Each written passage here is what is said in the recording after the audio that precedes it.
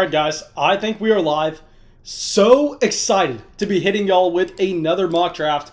I'm very sorry if you were unable to come to this when we were live. I just have one thing to tell you, and that is, why are you not subscribed to the channel? Why do you not have that notification bell hit next to the subscribe button? Because if you did, you would have been able to come out here during this live stream. Regardless, I am sure you'll be out here for future streams. We are going to be live streaming way more often, as I have a very exciting announcement to make later on this week for this channel. Real quick, let me change the thumbnail for us. That way y'all don't have to look at my ugly face before y'all decide to click on the video or not.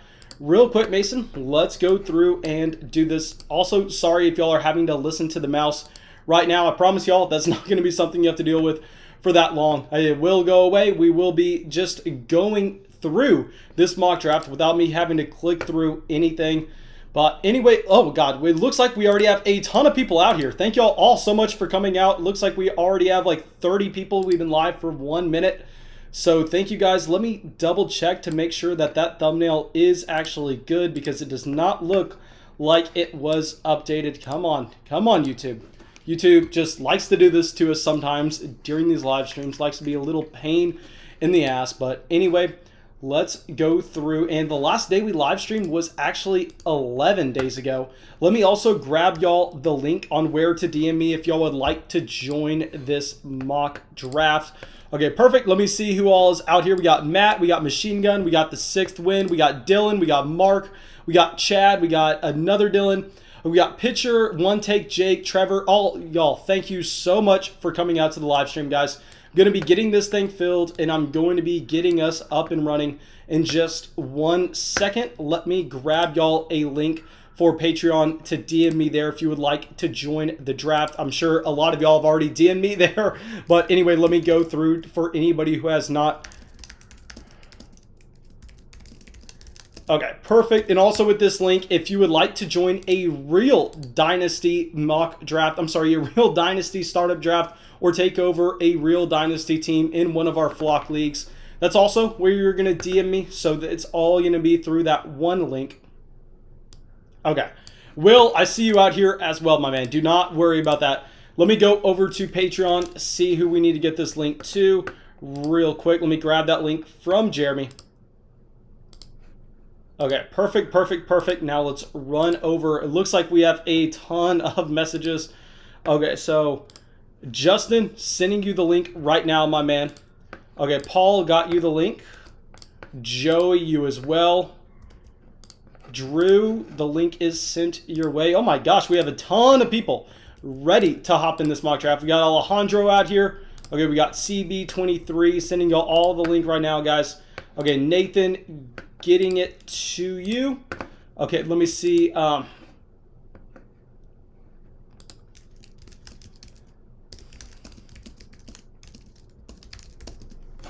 Okay, let me see. Okay, Josh coming out here with a donation. Thank you so much, my man. And you're saying, what up, homie? Been a while. Sadly, super busy with school and can't stay for long. Just stopping in again after the fantasy season. Thank you so much, Josh. Really hope that your semester is going well.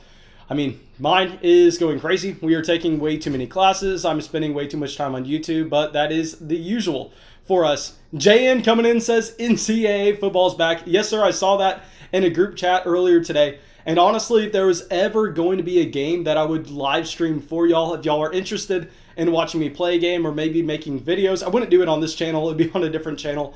It would be NCAA football. I mean, by far and away, the best video game series ever made. But anyway, let me see if we have anything else to do. Okay, let's see how many spots we still have in this mock draft. It looks like we still have 4 spots. Let me refresh our messages on Patreon. Okay, Jesse, sending it your way real quick. And also, guys, if y'all have any Dynasty questions, feel free to let me know. We should be getting this mock draft going in probably about 5 minutes or so. If we are not full by the time we get to 6:50 Central Time, I will go through and just send the mock draft link in the general chat for everybody to get in here. But yeah, I mean, y'all can tell I am flustered. I don't even know if I said that correctly, but we have not live streamed in a very long time. And guys, if you have not already, what are you doing? Go down there, drop a like on the live stream. Let me see who else we have out in the live chat right now. See if I missed anybody. Okay, so Alejandro, super happy to see you. KFK, really happy. It's all the usual people out here. Everybody that likes to hang out during these live streams is out here, and I'm extremely excited. Okay, Ernest is saying, Flock, it's an honor to draft next to you. Man, thank you. I'm sure you were being sarcastic with that, but I will take it nonetheless. Okay, the sixth win says, make vids on NCA. I would binge the TF out of that. Honestly, guys, maybe I would. I think that is one game that I would actually really enjoy playing. And I think it would be really fun if I just went through and back whenever I used to play NCA when I was younger, I would go through and I would just create my own little person as if it was myself, even though I'm like 5'10 in real life and 150 pounds. You know, that man was a solid 6'3", 240 pounds of muscle. Okay, perfect. Getting a Caleb the link right now, and we should be good to go.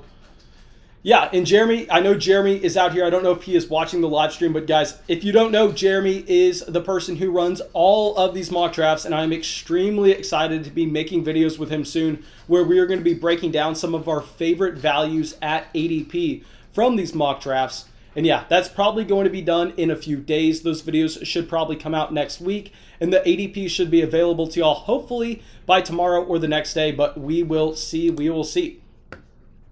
Okay. Let me see real quick. Okay, Jesse, he's saying, finally got in a mock. Yes, sir, I got you in one. Dylan saying, let's play. Dylan, did you send me a DM on Patreon? Let me refresh real quick to make sure I am not missing out on any other DMs.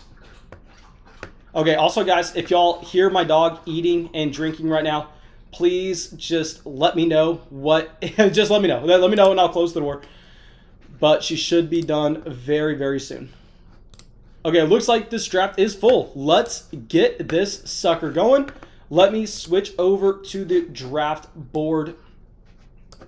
And also, I see that Alejandro asked a question. I'm going to get to that in 1 second, my man. Just want to make sure that we have everything set up. Okay, so Alejandro, let me see where you're saying Jameis Winston or a 2022 second-round pick. So obviously, this is going to be for a super flex format. We should all know in a one-quarterback league that you would much rather have the second-round pick over Jameis Winston. But here, it's just so perplexing on what the New Orleans Saints are going to do at QB for the 2021 season. And on top of that, if you look at the profile of Jameis Winston and just knowing that he broke pretty much every single passing record by a certain age, kind of based on his recklessness and his volume of being a DGAF quarterback, it's hard to evaluate a trade like that. I mean, the 2022 second is definitely the safer asset, but I think I would probably prefer going with Jameis Winston because if he is named the starter for New Orleans at any point, even if it is for a very short duration, you should be able to flip him for a profit. Okay, so I see the sixth win coming in, says, can we see your dog? Guys, yeah, I know y'all probably have not seen the dog in a very long time. I'll say she is an absolute monster now if y'all thought she was big a while ago. I'll say if we get this live stream to 50 likes right now, I will call her over and I will hold her up. But anyway, we have Mahomes and CMC going off with the first two picks, something that is extremely standard here. I don't think any of us are going to be surprised by those two selections. Now with Mahomes, you can't even argue for any other player in a Superflex league at the 101. With CMC, I would make the argument that I would actually prefer having Saquon Barkley, even though I understand consensus is Christian McCaffrey. But then we have Kyler Murray going off the board by Jeremy at the 103. Really like that pick. I think that Kyler Murray is not necessarily getting the respect that he deserves. But anyway, okay, we are up on the board with the 106, and our pick is going to be very simple here. We are going to be going with Saquon Barkley. We want to get that three-down running back that can catch balls out of the backfield, that does have that that has a great athletic profile. So yeah, we're going to go with Barkley. Not worried about the torn ACL. He tore it in week 2, so he should be 100% good to go in 2021. Not even going to be thinking about that injury, to be honest. I would be more worried about the Christian McCaffrey injuries as they were for multiple parts of his body and they lingered throughout the course of the entire season.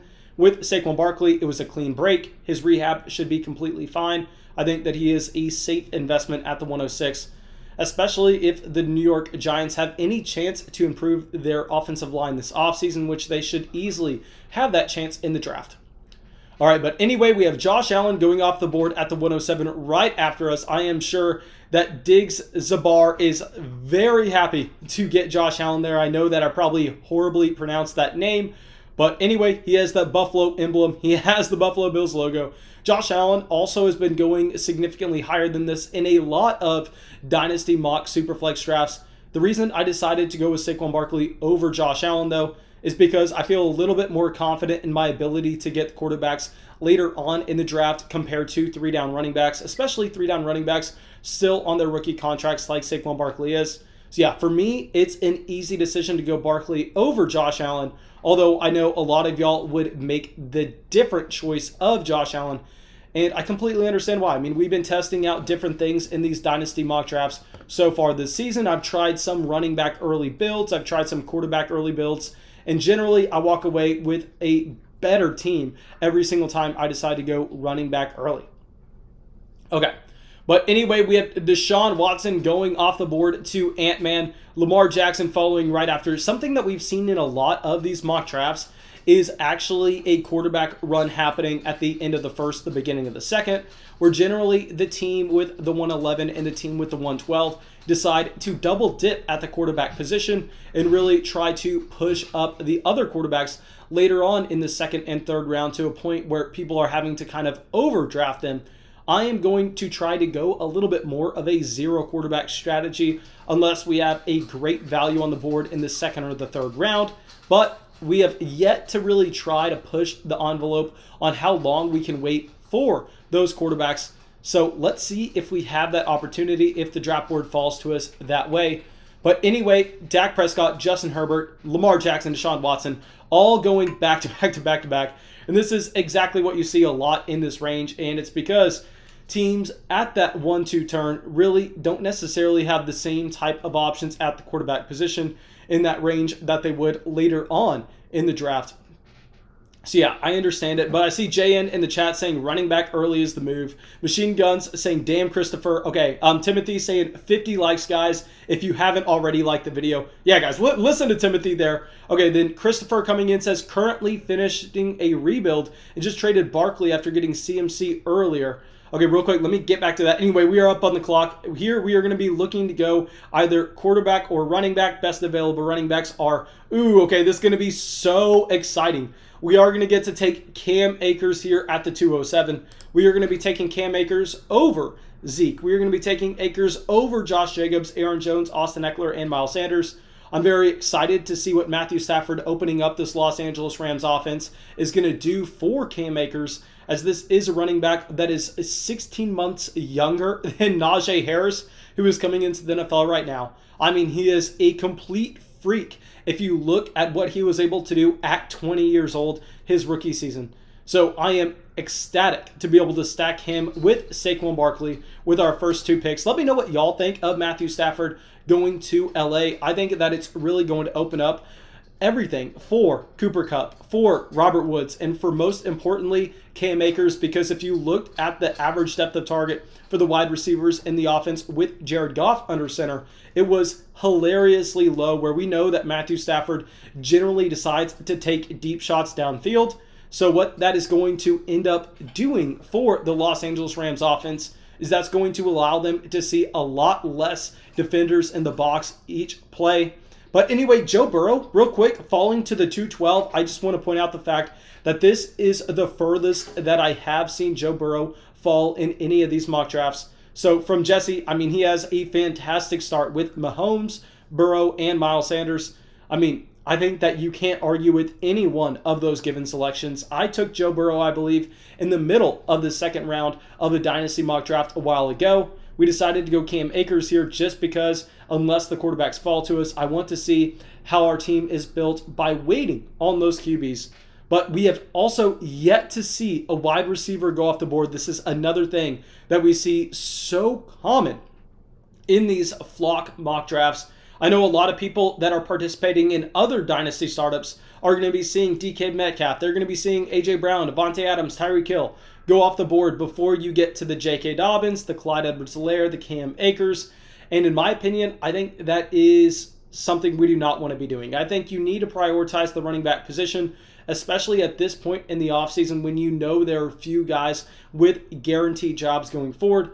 So if you could invest into a Saquon Barkley or Cam Akers or even like a Clyde Edwards-Helaire over any other wide receiver, I think that makes a ton of sense. But at some point here, we are going to have to be going with our first wide receiver. And I think that may be what we are going to be doing at the 3.06. Anyway, if we go over to the quarterback tab real quick, the best available quarterbacks are Aaron Rodgers, Tua, Jalen Hurts, Ryan Tannehill. If we go to running backs, we have Zeke, Aaron Jones, David Montgomery, Chris Carson.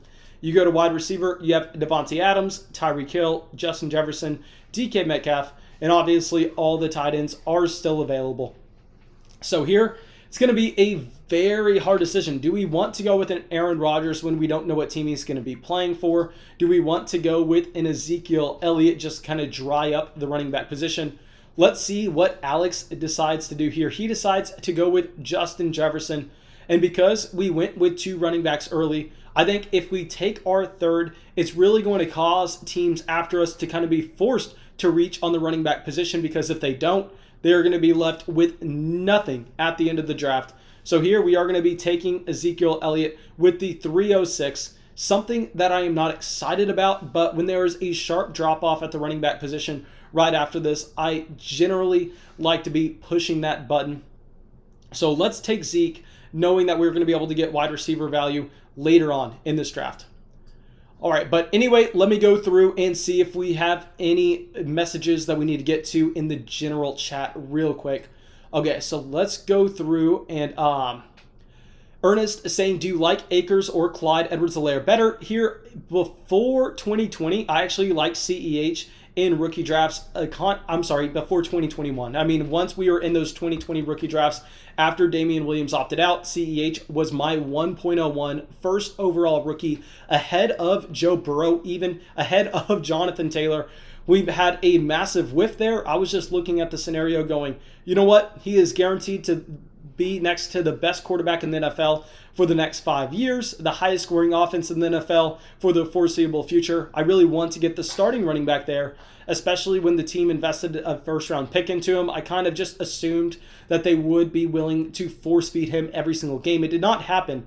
And now that Matthew Stafford is in LA, I think we would prefer Cam Akers, although in a recent video, I did say that I was sending out Cam Akers offers, and one of them was for Clyde Edwards-Helaire. I will give a little bit of context. That was before the Matthew Stafford trade. And also, guys, if you look at my own Dynasty teams, I have Cam Akers everywhere. I mean, if you look at my running backs, Cam Akers, Antonio Gibson, and honestly, surprisingly, Jonathan Taylor are on a ton of rosters. I'll say with Jonathan Taylor, I don't want to act like I was extremely smart, because everybody that was very smart last offseason had Jonathan Taylor over Clyde Edwards-Helaire in their rookie rankings, and guys that I respected, guys that I perceived to think they know more than myself, and I'm going to stand by the fact that they were right. I was wrong. I should have listened to them. I should have said, you know what? These guys know more than me. We need to be ignoring the situation. We need to be going with Jonathan Taylor over Clyde Edwards-Helaire. But halfway through the year, I kind of had a nice opportunity where I could trade for him at a discount when he started slow. So I was able to pick up Jonathan Taylor in a few leagues and just kind of get lucky. But whenever I offered Cam Akers for Clyde Edwards-Helaire in that one particular league, it was because I have Akers everywhere and I really don't have CEH anywhere. And on top of that, that was before the Matthew Stafford trade. Okay. But anyway, let me go over real quick and see if we have any other questions that we should get to. Okay, so Ethan coming out says, Flock, what do you think will happen to Kirk, Deshaun Watson, and Justin Jefferson's value if a three-way trade happened between the 49ers, Vikings, and Houston with Jimmy, Kirk, and Deshaun? And here I'll say that, let me just break this down team by team. That would be the easiest way I can go about this. So if Deshaun Watson went to San Francisco, which is something that, I think is kind of likely. If you look at Kyle Shanahan, Deshaun Watson is everything that he has ever wanted in a quarterback. And on top of that, the 49ers are a very appealing team in the weapons that they have with Ayuk, with Deebo Samuel, with George Kittle. And we know that players love playing for Kyle Shanahan. So if Deshaun Watson landed there, I think Deshaun Watson would jump up to possibly being my quarterback 3 in Dynasty, only behind Patrick Mahomes and Kyler Murray. He would be right there with Josh Allen because that situation would be fantastic. And if you look at his numbers with having really nobody in Houston this past year, I think we can say Deshaun Watson is in a completely different tier of quarterback compared to Jimmy Garoppolo. I mean, that is going with, I mean, that goes without saying, to be completely honest. Now, if Kirk went to Houston, RIP, I mean, he has no rushing equity, and on top of that, he has nobody to throw the ball to. I mean, we would see Kirk Cousins' value plummet if he went to the Houston Texans. And with Jimmy G, I mean, I don't think that Jimmy G is destined to be a long-term starter. While I think that he is a decent value if you're able to get him in the double-digit rounds of a Dynasty Superflex startup, I think that his value is in the gutter right now and really can only go up. Okay, but anyway, we are going to be up real quick with the 407, and we are going to have some intriguing decisions to be made. Okay, it looks like we almost have 100 people in this live stream. Thank y'all all so much, guys, for coming out here. If you have not already, make sure you go down, make sure you subscribe to the channel, hit the notification bell next to the subscribe button. That way you will get notified whenever we go live. That way you can come out here and you can hop in a Dynasty mock draft with us sometime in the future.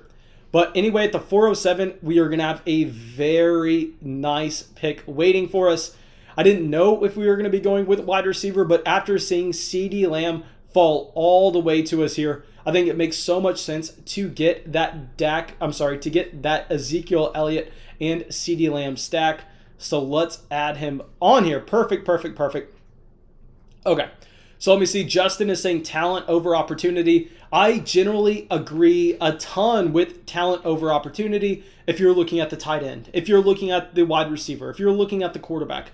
But if we are looking at the running back position, I mean, I think that saying talent over opportunity is dumbing it down to the point where if you make that approach without really taking into consideration the situation, you are going to be losing a lot of those bets that you're going to be making, because there's a reason that there's a movement of people saying that running back doesn't matter in the NFL. There's a reason that you see these handcuffed running backs like Latavius Murray, when they get the opportunity, pop off to be top 5 running backs. I mean, look at a James Robinson.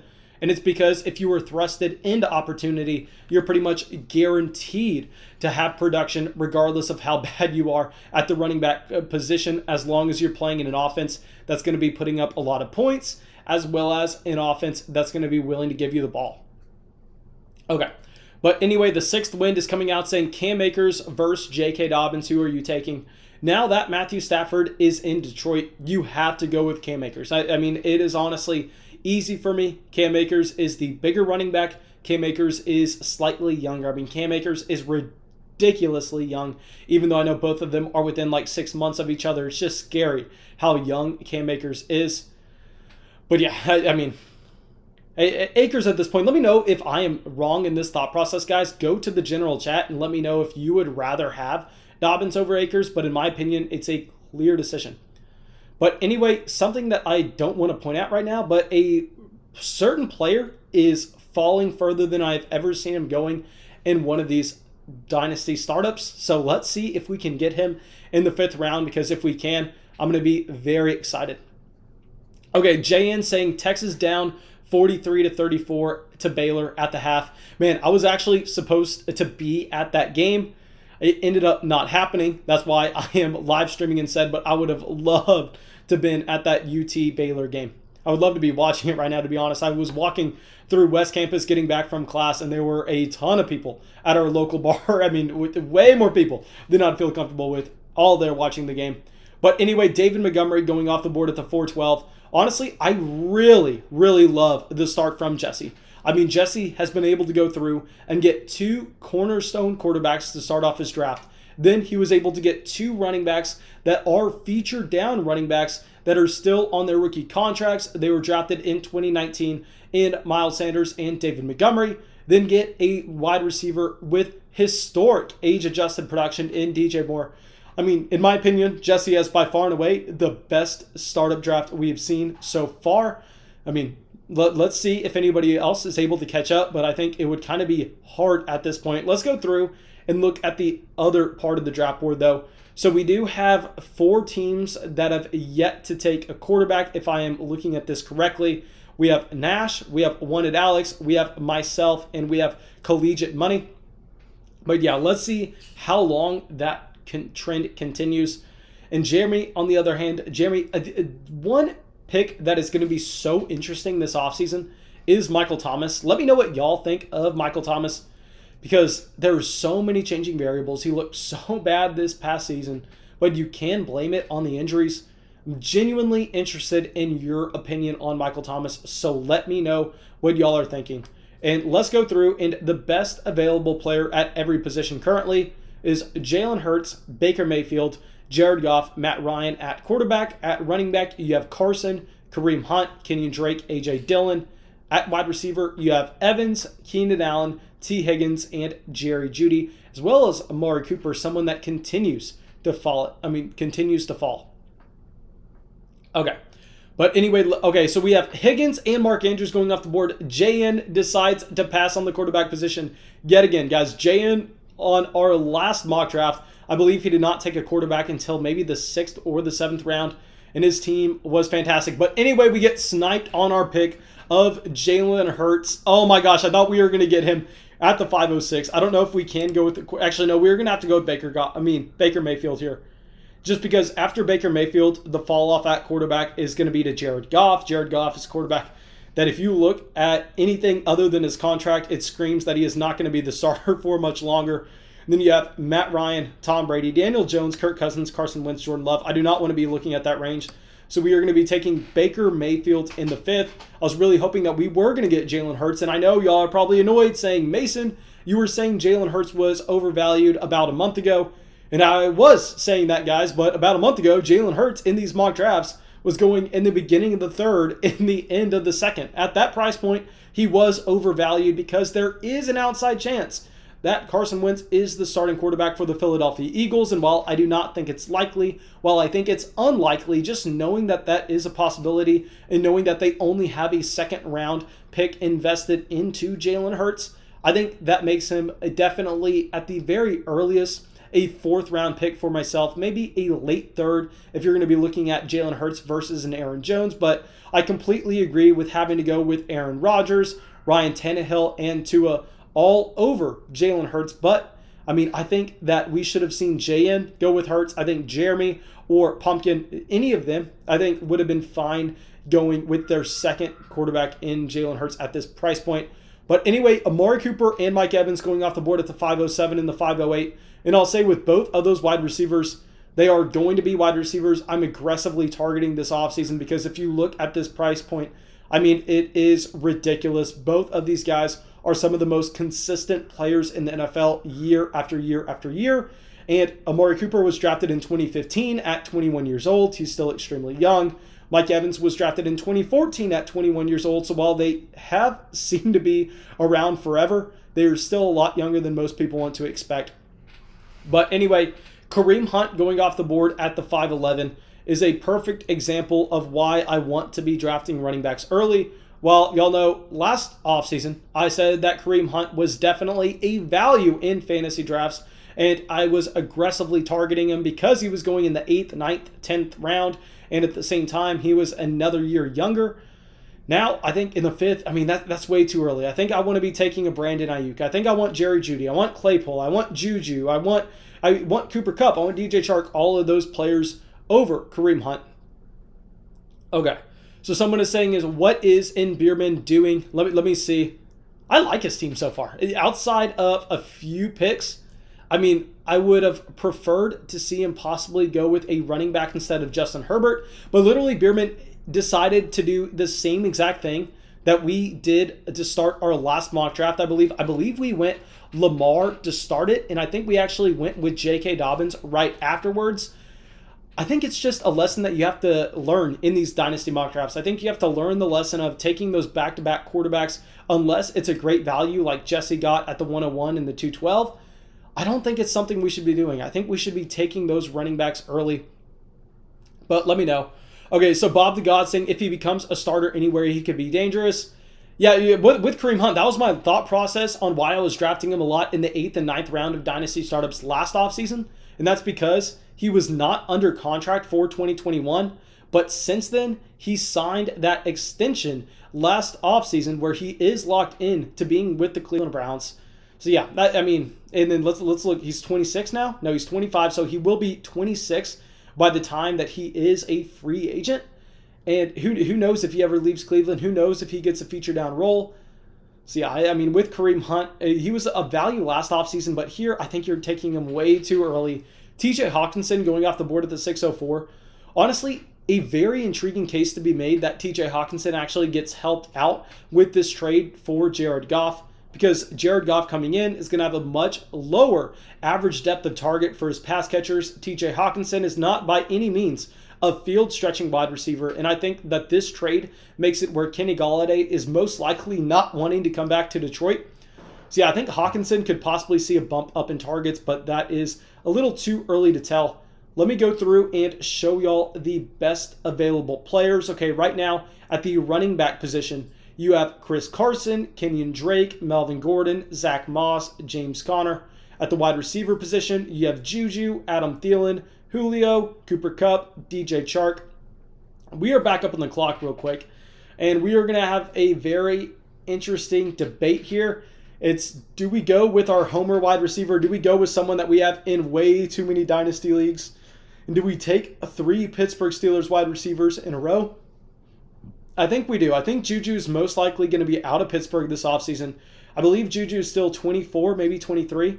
Yeah, Juju's 24. Still extremely young. We're going to be going with Juju. He just turned 24. He's going to be a free agent. If he can find a team where he's going to be able to get more targets, I think that's something we could get excited about.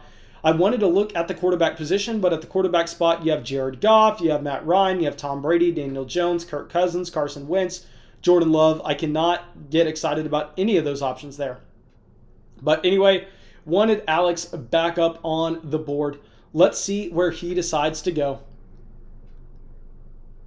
Okay, so JN is saying 45-44, Texas is down. JN, thank you for those updates. Thank you, my man. Okay, Tick is saying Deontay Johnson over Chase Claypool. Here, I can't get behind that. I mean, if you look at Deontay Johnson's efficiency from the 2020 season, it was really in the gutter where, yes, he was seeing the opportunity every week. So if you were talking DFS or if you were talking just a season-long league, you would have most likely rather had Deontay Johnson. But while I always say to fade efficiency in redraft, while I always say to fade efficiency when we're making our start-sit decisions, if we're talking about long-term player projections, I think that you would actually rather go with the wide receiver that is a lot more efficient, that is able to do a lot more on fewer targets, because if that target share does change, if the coaching staff sees that and goes, you know what, we need to get Claypool the ball more, we need to give it to Deontay Johnson a little less, I think that Claypool could be the better option there. Honestly, I think I would prefer to have Juju over all of them, though, to be completely honest. Okay. Let me see where Julio Jones going off the board at the 6'10". I love the Julio pick by JN, man. I have to dig into you here. That James Conner selection at the 609, you know I love you, my man, but that is the worst pick that I think has gone off the board in this draft. I mean, you can get so many other players like James Conner just later on. I mean, there's still Chris Carson, Kenyon Drake, Melvin Gordon, Zach Moss, Myles Gaskin, Leonard Fournette. What's the difference between James Conner, a running back that is not under contract this next season, and any of those guys? I mean, James Conner has not looked good since 2019.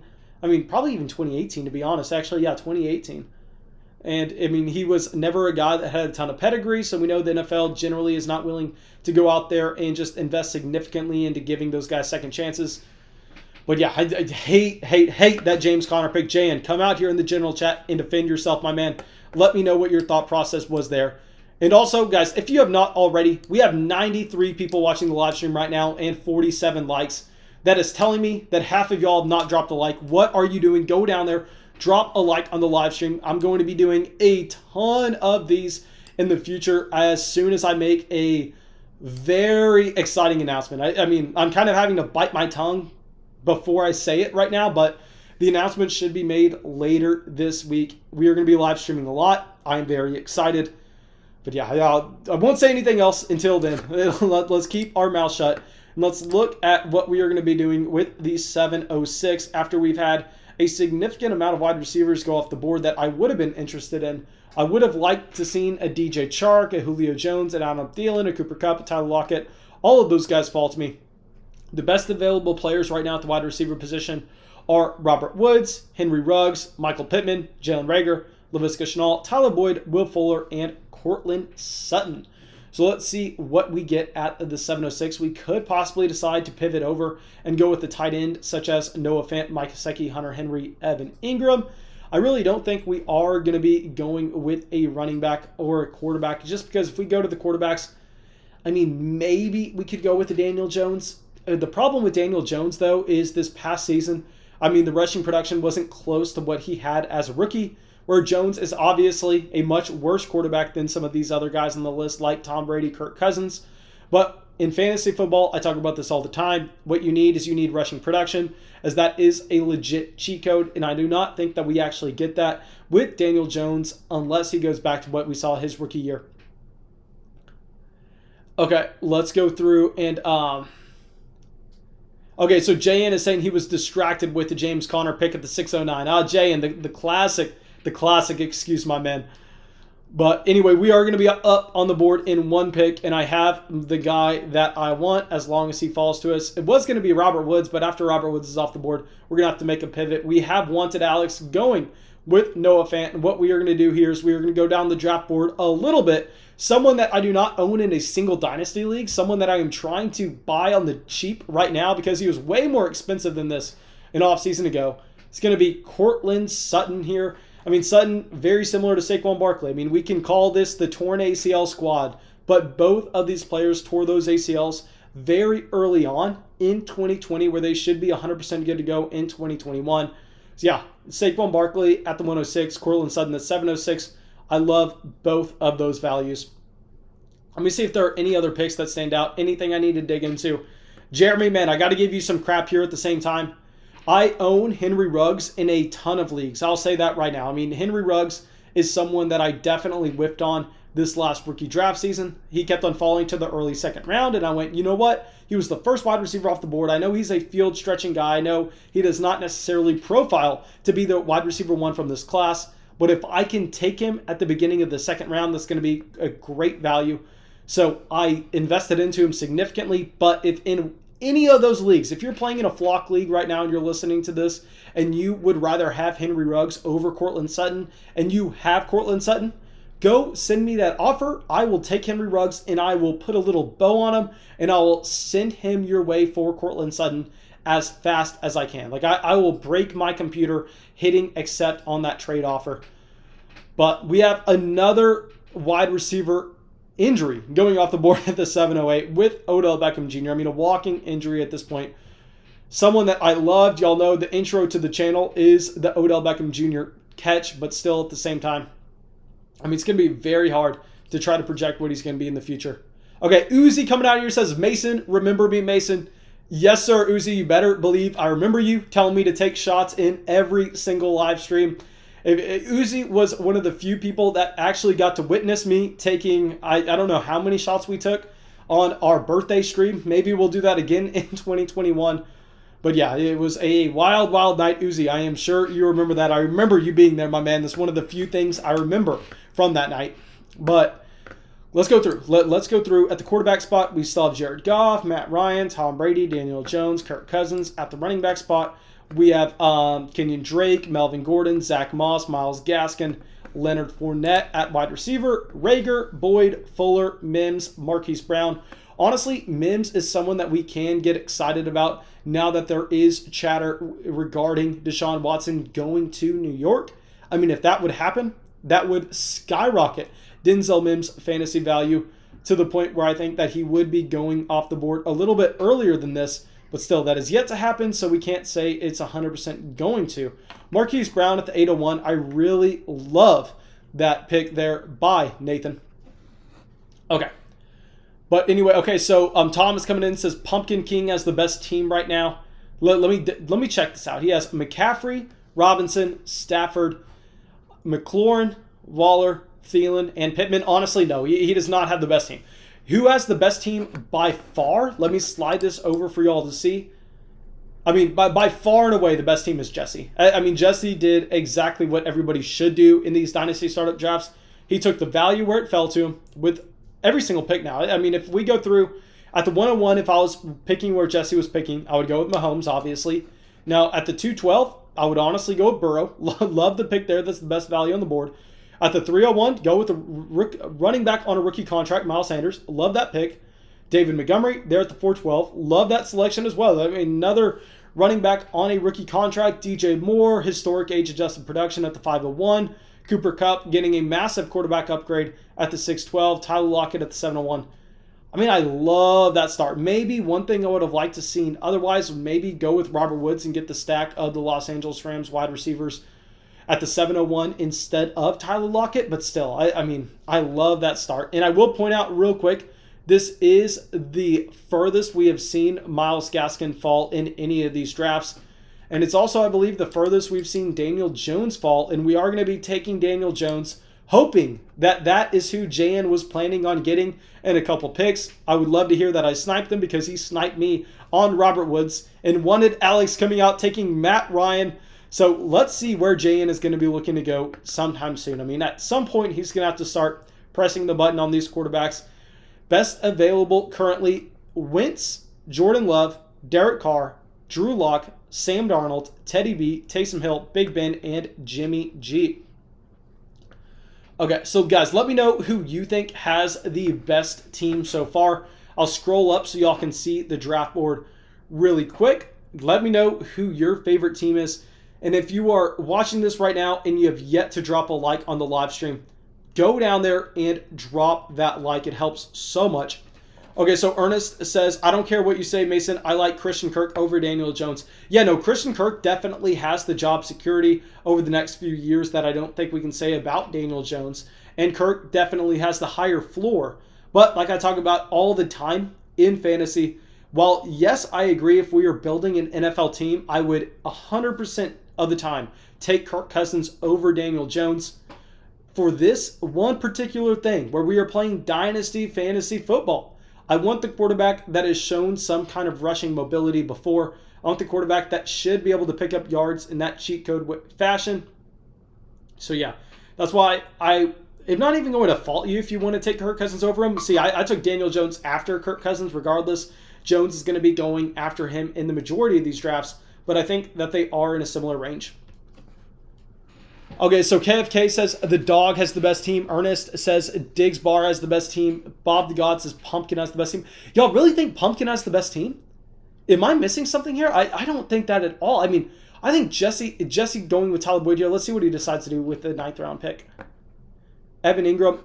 Let me see who else was available. I don't know if I love the Evan Ingram pick, but yeah, I still think Jesse has the best pick, and it's not even close. I mean, the best team.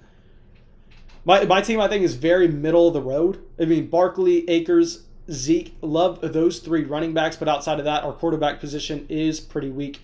It's going to be hard to strike a balance this offseason and when to invest into these quarterbacks. But let's go. We are going to be up in 3 picks. I think I have an idea of who I want to be going after if he falls to us. If not, all is well. Let's check this out. So we actually may be surprising some people with our next pick. Yeah, I think we may have to. We're going to surprise some people. I know some people are going to get upset with me, but we are going to be doing it anyway. Okay, so KFK says, no 50 likes, time for the dog. Yes, sir, we got to 50 likes. I will definitely bring up the dog. Okay, we are on the clock right now, though. Okay, so let me go. I think what we have to do here is we just have to catch the falling knife. Someone that I've been advocating to avoid in these drafts, especially because whenever I was making the videos earlier saying who the overvalued players were, I was including him on this list, but he was going in the 5th round. And now it's the 9th, so I think we can take him. I think we go with Kenyon Drake. I mean, going after Zach Moss, I'm fine with that selection. Let's just get Drake out of the way. A player I don't want to significantly invest into in Dynasty because he has no guaranteed contract, like I said a month ago when he was way overvalued. But at this point, I think he is someone that we can invest into in the 9th round. Hopefully he's coming back. Okay, but let me go through and see if we are looking at... Let's go through and let's try to identify some other teams that I really like to start with. I like how Diggs decided to take Allen in the 1st and then waited all the way to find the value with Kirk Cousins in the 8th. I really like that strategy. The one thing I don't like, though, is taking Carson in the 7th. If you would have instead gone with an Odell Beckham Jr., a Deebo Samuel, a Laviska Shenault, I would have liked that a lot more, even as your wide receiver 5. But I really like the going Allen, CEH, then slamming that wide receiver value afterwards. Let's go through. Jay Pinkert, I really like that team as well. Going Swift in the 1st. I will say having no Matthew Stafford is going to hurt DeAndre Swift slightly. Now let me go through and see if there's anything else. Yeah, no, Jesse just has by far and away the best draft. I'm just going to say that. I can't even make the argument for anybody else having a better draft over Jesse. Guys, I see some people saying that Carson is good in the 7th. I mean, if Carson was under contract for this next season, yes. Considering Carson is not under contract for this next season, what's the difference between Chris Carson in the 7th and Kenyon Drake in the 9th? I mean, I would much prefer just to take the wide receiver there in Odell Beckham Jr., and then wait until the 9th and take a Chris Carson or Kenyon Drake. Okay.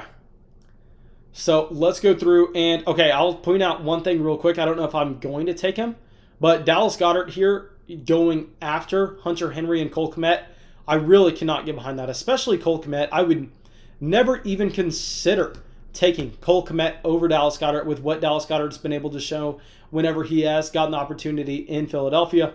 So yeah, Goddard, definitely a tight end that you need to be going with over Cole Kmet there. If we are looking across the draft board at the same time, I think maybe this is the time we will end up going with the Dallas Goddard if he falls to us. I'm sure since we just brought him up, we could possibly get sniped on him. But anyway, we will see what Diggs Zabar decides to do.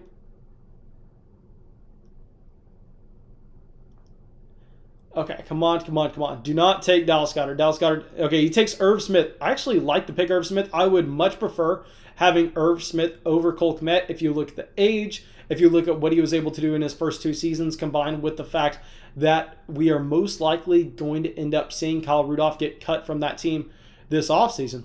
I mean, I have Irv Smith in almost every single Dynasty league. Irv Smith may be my highest owned player, period. Honestly, I want to say maybe we hit on him, but this is kind of the crappy thing in investing in those extremely young tight ends. Like if you're investing into, just say, the tight end out of Florida this year, if you are investing into Pitts, I mean, even if he hits, even if he has a good rookie season, even if he has a good sophomore year for a tight end, just say like Noah Fant, TJ Hawkinson, or Irv Smith, their value doesn't climb. I mean, it just does not happen until they have the truly elite seasons. So that's why I'll say it was probably not smart of me for investing as much as I did with Irv Smith last offseason, just because usually investing into those very young tight ends that have not proven to do it so far is kind of a losing strategy, because even if Cole Kmet in his second year has the same type of season that Irv Smith just had, he's going to be going in the same round, and that would be considered a successful season if you just look historically at what tight ends are able to do. So yeah, that's why I don't like that's why I don't like the Cole Kmet pick, maybe just because I'm a little bit of a salty hater, because I think we were right about Irv Smith and investing in him last offseason, and his price still has not increased. Okay, by far and away, the best value in this round is going to Jesse, yet again. Taking Devontae Parker in the 10th. Now, taking David Johnson in the 11th, not something I can get behind. I don't think we can advocate for taking David Johnson. I do not like that pick. I would have preferred to see a wide receiver go off the board. Or maybe if you're going to go with the running back, go with the running back that is still on his rookie contract in a Devin Singletary. And this is coming from the world's #1 hater of Devin Singletary. I don't like the David Johnson pick. But yet, it's still, I mean, taking Devontae Parker there as your wide receiver 5. Jesse is just doing everything correctly in this Dynasty startup. I don't even know if he is in this right now, but it's a fantastic pick. All right, so let's see what Pumpkin King decides to do here. We have 5 rounds left. If you have any Dynasty questions, make sure you come in and ask me. Okay, JN saying 61-51 Baylor. Not going to get it done. Not going to get it done. But anyway, Darnold's going off the board here. I do not like the Darnold pick. I mean, I guess you can't really get away from it if he's going to be your second quarterback. Also, it's from Jeremy. Jeremy is a Jets fan. I'll write it off. I'll write it off. Let's see where Wanted Alex decides to go. Honestly, we may be having to take a pick that I'm not going to be excited about. Actually, ignore me. I think we can get excited about our next pick. What we should have done with hindsight is we should have waited on the tight end position even longer. We should have gone with Devontae Parker at the 10:07 instead of Dallas Goddard and then just let the tight end value fall to us. Here we are most likely going to be going with the wide receiver. I have my eyes set on two separate guys. I'm going to end up going with the one who has the higher ADP. Actually, no, we get sniped on one of them. Wanted Alex takes McCole Hardman in the 11th round. I love that pick. Here, instead, we are going to be going with Christian Kirk in the 11th as our wide receiver 4, going into his 4th NFL season, I believe. I believe he was drafted in 2018. So that's 2018, 2019, 20. Yep, he's going to be in his 4th year. This is going to be his 3rd year with Kyler Murray. We know Larry Fitz is probably on the way out. Hopefully, Christian Kirk sees a little bit more usage in the slot, and that would definitely boost his value. But Winston going in the 11th. So yeah, I mean, this is definitely going to be something that I want to use as a reference for a question we got earlier in this live stream. And I believe we had the question from Alex. Did Wanted Alex ask us? Alejandro, I believe, asked us. Let me double check real quick. Who asked us the Jameis Winston question? No, Alejandro asked us. Yeah, so if you're talking Jameis Winston or a 2022 second-round rookie pick here, if Winston's going in the middle of the 11th, I agree. I think you want Winston over the rookie pick. But Logan Thomas, then Nyheim Hines going off the board right afterwards. Logan Thomas, also a player that's very intriguing. I think I would prefer going with just the route of waiting on a tight end instead, maybe going with the wide receiver like Bryan Edwards or Darius Slayton or even KJ Himmler. I want to say as a quick side note, if Deshaun Watson finds himself in Denver, that is going to be ridiculous. I mean, I would be ecstatic for every single Denver skill positional player, obviously. But more importantly, I think that would also jump Deshaun Watson to being the quarterback 3 in fantasy. Because, I mean, if you have Sutton, if you have Jerry Jeudy, you have Noah Fant, and you have KJ Himmler stretching the field, all these players still on their rookie contracts, all of them still developing. I mean, that is quite possibly the best skill positional set to be around if you take into consideration how young they are at the same time. So that a Deshaun Watson landing spot would be fantastic. Okay, so Jameis is, I'll say, definitely a talented quarterback. The one thing is, I kind of bought into him a little bit last season at a discount, thinking, you know what? If Breeze gets hurt, Breeze is old man Breeze, we are going to see Jameis come in. We are going to see Jameis with those weapons most likely put a top, I want to say, 12 fantasy season up, just because we know that he is that DGAF quarterback and he's going to be putting up a ridiculous amount of air yards regardless.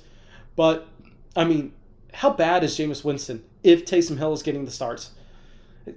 I mean, just very demoralizing. They signed him to a nothing contract, and then afterwards, they decide to start Taysom Hill over him. So why should we be too excited about Winston right now at this moment? But anyway, guys, I'm sorry if I feel like if I sound like I'm kind of out of it. I am just very tired, to be honest. But anyway, let me see how many players we have at each position right now. Okay, so we obviously went with the 3 running backs out the gate. Let's just go position by position with our team. Okay, so on our running back spots, we have Barkley, Akers, Zeke, Kenyon Drake. With our quarterbacks, we have Baker and Daniel Jones. With our wide receivers, we have CeeDee Lamb, Juju, Cortland Sutton, and Christian Kirk. So I think we can afford to go back to the wide receiver well and take some of the value, which has been falling as of late. Jimmy G going off the board in the 12th.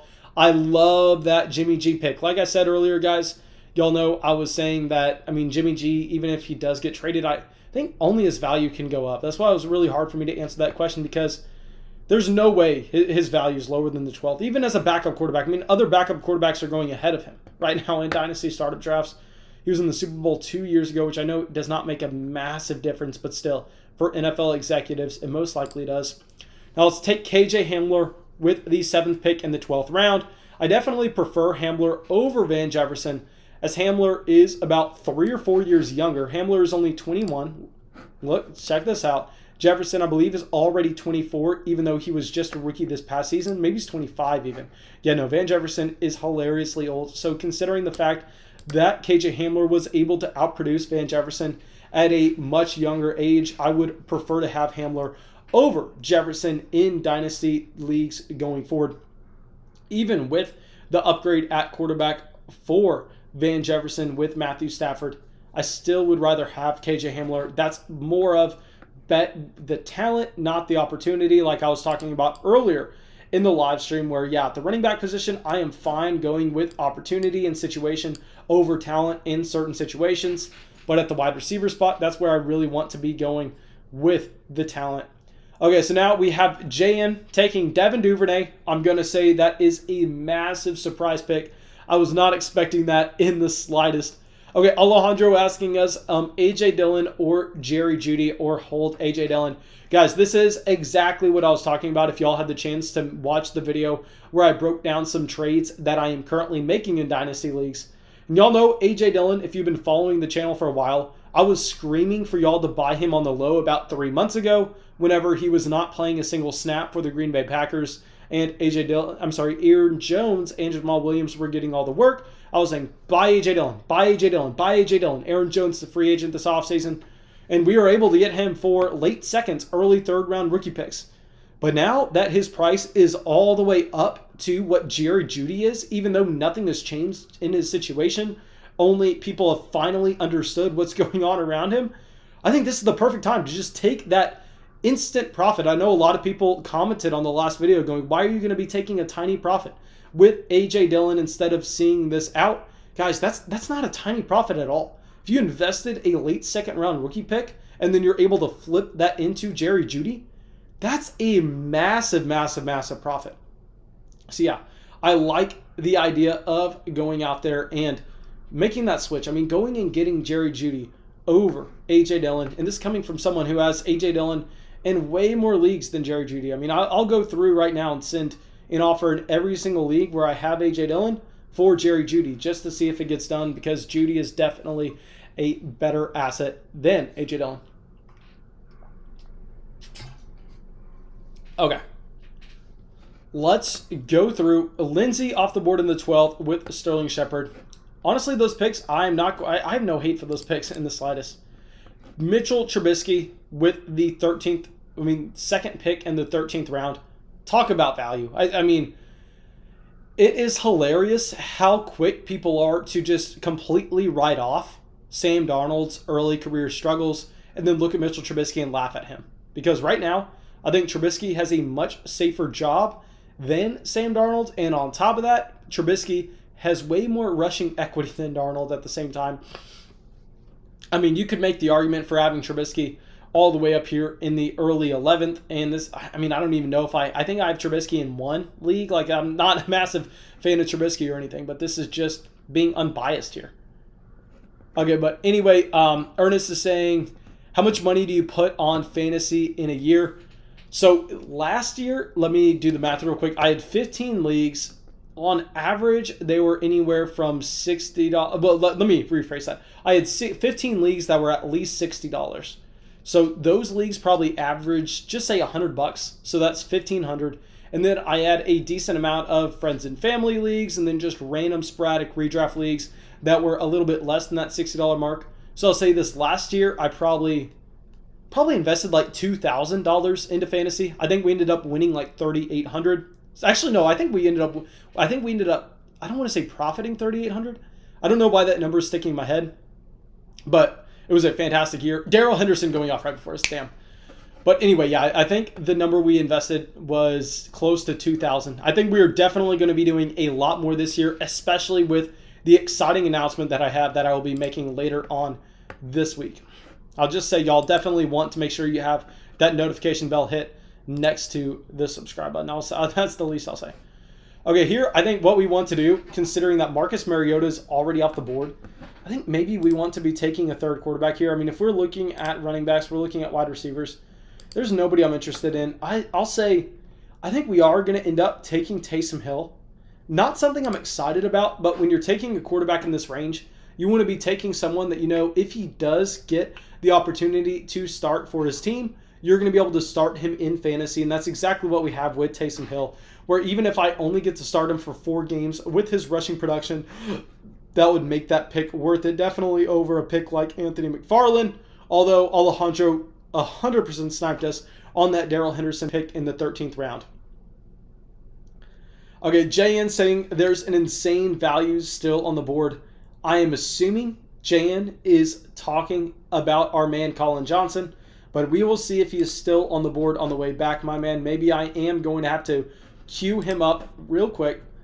Okay, so anyway, Sony Michel, Anthony McFarland, Gabriel Davis. Gabriel Davis, I love that value. I mean, getting Gabriel Davis behind a player like Anthony McFarland, that's a really good spot. Marlon Mack, I'll say with Marlon Mack, guys, don't bother drafting Marlon Mack. I mean, with the torn Achilles injury, with Marlon Mack not being under contract for this next year regardless, there's no incentive. There's no reason why you should be drafting Marlon Mack. I would be surprised if Marlon Mack ever gets another NFL touch. And I know that is brutal to say. Marlon Mack was a very exciting player when he was in his peak, but if these running backs don't have pedigree, if these running backs were day 3 draft picks like Marlon Mack, and they suffer a massive injury to the extent of a torn Achilles, and they are already off their rookie contracts, very rarely will you ever see them have any other opportunity at the NFL level. I would much prefer a pick in an Austin Hooper, who has that guaranteed contract attached to him, than a Marlon Mack. Okay, but anyway, Lynn Bowden, Gus Edwards, both off the board. Let's see if we have any holes that we need to address on the roster. Okay, we have Barkley, Akers, Zeke, Kenyon Drake. So we have 4 running backs. And honestly, the 4 running backs, the quality of them, I'm fine leaving the draft with only them. Then we have Lamb, Juju, Sutton, Christian Kirk, KJ Himmler, so 5 wide receivers. Possibly we could look to get another wide receiver. I really like the value of Teddy Bridgewater here. I mean, Teddy Bridgewater going after Gus Edwards and such, that is going to be a nice pick for whoever decides to take him. But considering we already have 3 quarterbacks, that cannot be us. So what I think that we'll end up doing here is I think we'll end up going to the wide receiver position. I think we may take someone off the board a little bit here. Definitely he's been going later than this, but I just kind of want to put some respect on his name and kind of get on the... Actually, let me just take a tight end real quick. Get our second tight end out of the way. That way, because my player is going to be there on the way back regardless. Okay, so I know Billiken Baller is yelling at us to take James Washington. Man, I don't know if you went to Oklahoma State. I don't know if you were just a massive fan of James Washington. He was a player that was actually really exciting in the 2018 NFL draft class. He won the big wide receiver award. I'm not going to try to pronounce it right now where I just embarrassed myself.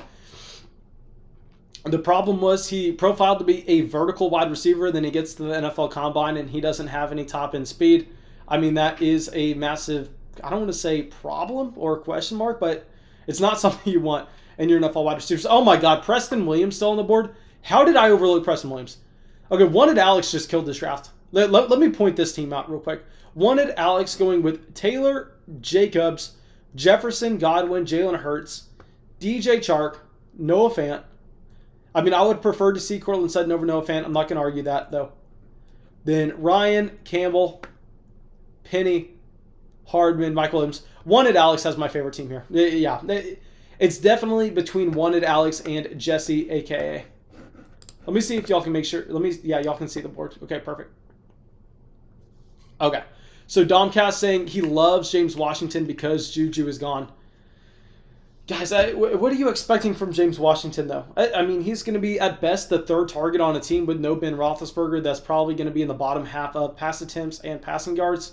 At the very best, he's that 3rd option.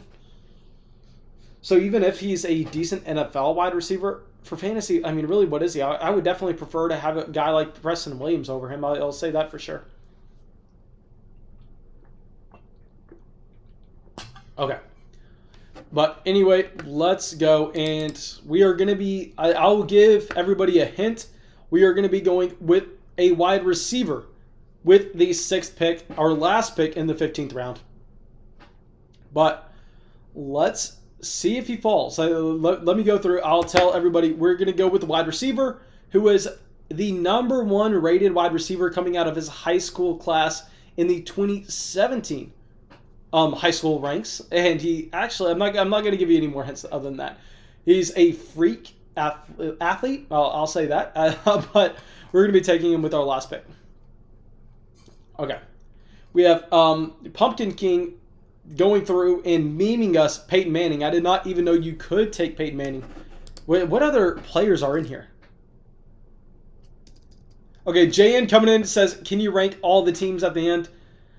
JN, man, I'm so sorry, man. I can't do that. I don't know if you can tell. I am absolutely drained. I know I haven't live streamed in 2 weeks, but it's because I have a ridiculous schedule right now. I mean, I'm going to have to get off this live stream and I'm going to have to just put in work. Like, I don't want to be an ass, but I'm sorry, my dude. I hope you understand. And also, I'd much rather watch the UT game, to be honest.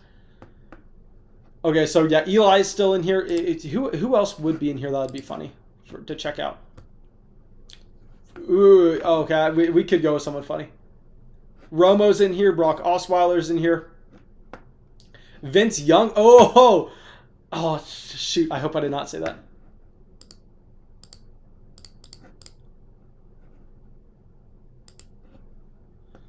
Come on. Oh, JN takes an embarrassing pick of Rashad Higgins in the 15th round. Marshawn Lynch going from Wanted Alex. JN is going to be embarrassed seeing that he let him fall to us. We are going to be taking Vince Young in the 15th round. Other quarterbacks that would have been in consideration, Brock Osweiler. Let's see who else we could have gone with. EJ Manuel would have been a little bit funny for everybody who remembers EJ. Matt Schaub.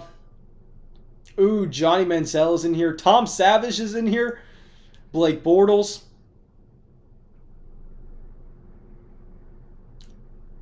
Trevor Siemian.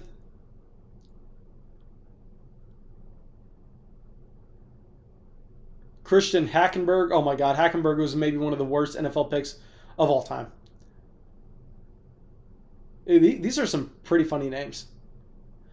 Someone has Aaron Hernandez in here? Are you kidding me? What is Sleeper doing? That is wild. Yeah, JN, I'm sure you're embarrassed letting him fall. You took 15 players ahead of Vince Young. That should be straight up embarrassing. Maybe next mock draft we can do a meme mock draft of sorts. The guy I was going to take Donovan Peoples-Jones before I realized that I could take Vince Young, to be completely honest. Donovan Peoples-Jones would have been my real pick. Okay, but I am sorry, guys. I'm going to be ending the live stream. Let me scroll up to show you all the board. Let me know what team is your favorite. I'll go through. I'll rank my top 3 teams for y'all. Jesse's going to be my #1 team. Definitely. N'Keal Harry in the 15th as well. I mean, Jesse just killed it the entire way. Wanted Alex, I think we are going to take as team #2. And let me go through. I really like McDuncan's team at the same time. McDuncan, I think maybe McDuncan's our 3rd. It goes Jesse, Wanted Alex, then McDuncan. My top 3. All right. But thank you guys. If y'all have not already, go down there, drop a like on the stream. It helps us out so much. And subscribe to the channel. I'll see y'all with